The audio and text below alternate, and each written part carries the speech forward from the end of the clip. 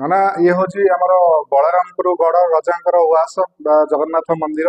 ଏଠି ଜଗନ୍ନାଥ ମନ୍ଦିରଙ୍କର ଯୋଉ ଠାକୁର ଏଠି ଅଛନ୍ତି, କେତେ ବର୍ଷର ମନ୍ଦିର, କେତେ ବର୍ଷର ଏଠି ଉଆସ ଅଛି, ରଜାଙ୍କ ନାଁ କଣ କେମିତି ଥିଲା ଟିକେ କହନ୍ତୁ ସେ ବିଷୟରେ।